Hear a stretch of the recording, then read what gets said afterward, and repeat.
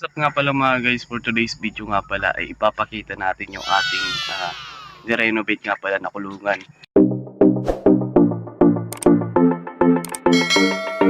Yan nga pala mga guys. Bali nga pala yan ay ating ginawa for breeding nga pala.